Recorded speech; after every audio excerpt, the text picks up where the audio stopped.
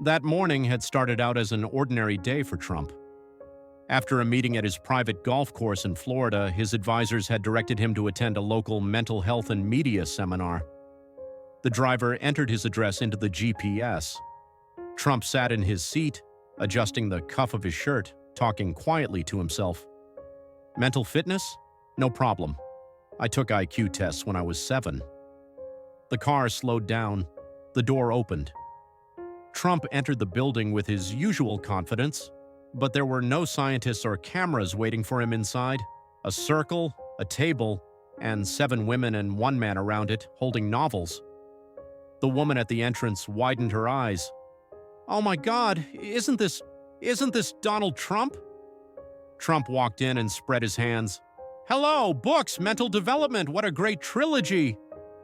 Everyone looked at each other at that moment, because this building was not a seminar but the meeting place of his weekly Wednesday book club, and today's novel, The Wind Lost Hopes, an emotional, romantic, dramatic novel. Trump pulled his chair and sat down at the table. "So, what are we talking about? Why is Emily, the character, crying?" Joan, an old woman who was the club leader, paused for a moment. Then she came to. "Mr. Trump, welcome. We were discussing the ending of the book today. Emily is trying to cope with her fiancé's betrayal."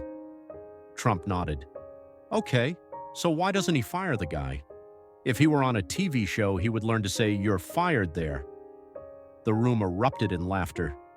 The atmosphere, which had been a little tense up until that moment, suddenly broke down.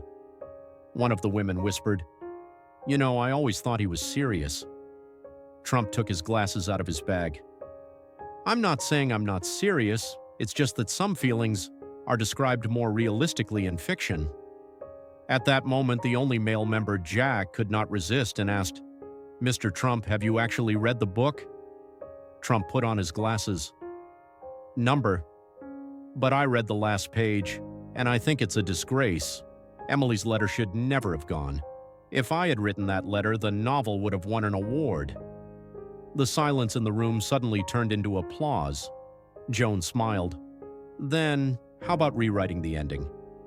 Trump winked. "Just give me a pen." Dear viewers, if this part of this story has made you smile up to this point, please subscribe, because sometimes the wrong doors start the best stories. Trump picked up the pen. He pulled out a small notebook from his bag. "Emily," he began, "you think you've lost, but in fact the one who left you has lost the greatest gift of his life, because you are not alone, because every woman is the lead in her own story, and this is your novel." One of the women whispered as she wiped her eyes. "For the first time in my life, I've heard a novel through this man's eyes, and I cried." Trump closed the notebook. "That's it. The ending is now like this. It's not lost hopes.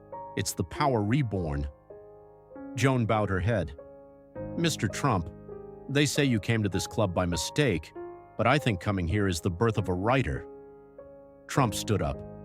"I've always written a lot of myself, but this is the first time I've rewritten someone else's story, and it made me a more real person." There was silence around the table after Trump rewrote the ending of the novel, but the silence was not one of confusion. It was a soft emptiness filled with thought.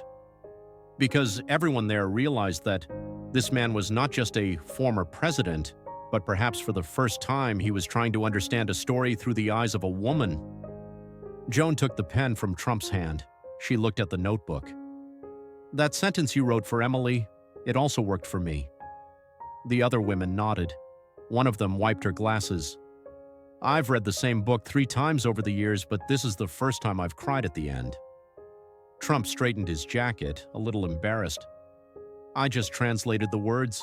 You felt the rest." Jack took a deep breath as the clock ticked on the wall. "Mr. Trump, we usually have tea and character analysis at our book club, but today, I think we're in therapy." Trump put his hand on the table. "You see people's true colors the most at the end of a novel, and if someone has the courage to change that ending, maybe some things can change in life too." The doorbell rang at that moment. A young woman, Joan's granddaughter, stuck her head out.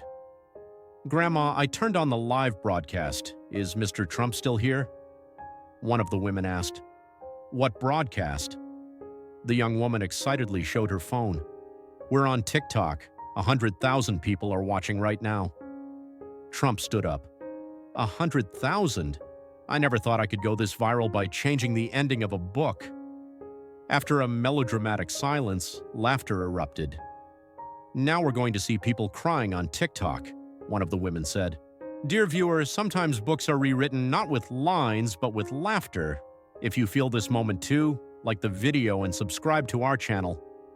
Because here, not only stories, but also hearts are mended. Trump sat down again. So, do you think the ending of every novel should be changed? Joan replied. No. But some endings are written with delayed emotions. Sometimes changing them is like saying, I'm sorry to a wronged character. Trump nodded. So sometimes rewriting a story is done to forgive the author, not the character. The women applauded silently. At that moment, Joan's granddaughter tagged Trump on the live broadcast, writing, Book Club plus Trump equals surprise ending author. And the comments started to flow. Is this real? Did you know Trump became a feminist? Include me in this story, I cried on the last page. A teacher from the school entered after a while, the granddaughter of one of the old ladies. She looked around the room and couldn't believe what was happening. Trump discussing a book? Seriously? Trump turned to her. Words have always been important to me, but today I paid more attention to their quiet places. Dear viewer, if you found yourself in a different ending while listening to this story, write in the comments. Have you ever reimagined a story just because it wasn't supposed to end that way? That day, the book club didn't officially break up. On the contrary, it grew. What book are you reading next week? Trump asked. One of the women put on her glasses. The Garden of Broken Minds. Trump paused. Psychological or emotional? Both. Trump smiled. That's right up my alley. When Trump woke up the next morning, he didn't turn on the news as he usually did. He didn't reach for the remote control or ask his advisors for their daily briefing. On the edge of his pillow was the little notebook Joan had given him. On it was a handwritten blue-inked note. Mr. Trump, last night you completed not only Emily's story but also us. This notebook is now yours. Every sentence can touch another heartache. Your book club. Trump closed his eyes. In that moment, the rally crowds were replaced by quiet sentences, and the anthems by the things he wrote. That afternoon, Trump returned to his book club, but this time he brought something with him, a short story he had written. When he walked through the door, the women greeted him with applause. Trump has arrived, but this time for tea time. Trump smiled. Today I came to read, not to talk. The people at the table took their places. The tea was refreshed. Trump opened his notebook and began reading. He had written an alternative introduction for The Garden of Broken Minds. In the story, an old woman visits her childhood home after many years and finds a letter she had forgotten about for years inside an old book. At the end of the letter was a single sentence, I forgave you, forgive yourself. When Trump lowered his glasses, there was silence. Joan took a deep breath. Forgiveness. As easy as it seems, sometimes it takes a lifetime. One of the women took off her glasses and whispered, I forgave myself today. Trump bowed his head. Me too. At that moment, no one saw Trump as a former president. In front of them was just a man facing his past, letting out the emotions he had been hiding in words for the first time in his life. Jack stood up. Mr. Trump, we at this club would like to give you the honorary member badge. Trump winked. It feels like a quieter title than the White House, but a much more permanent one. Dear viewers, if you feel like a character in a novel as you read these lines, you are not alone. Subscribe, because on this channel we not only complete stories, but also sentences that remain inside people. From that day on, the book club became something completely different. Trump attended once a week. Sometimes he brought tea, sometimes cake. But every time he came, he wrote something in the notebook he had with him. Sometimes a letter for a character, sometimes a real-life apology. And a few months later, Joan turned to Trump and said, You know what? Maybe you didn't come here by mistake. Maybe you wrote this club. We just read it. Trump smiled slightly.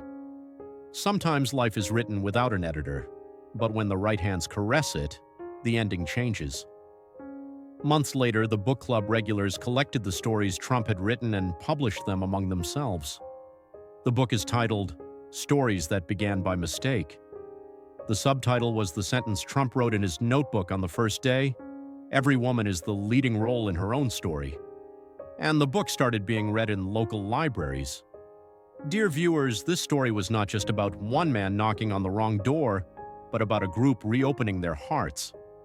Write in the comments, have you ever secretly changed the ending of a story? And subscribe. Because one day, maybe you will fall into a story that you did not write, and there you will find yourself.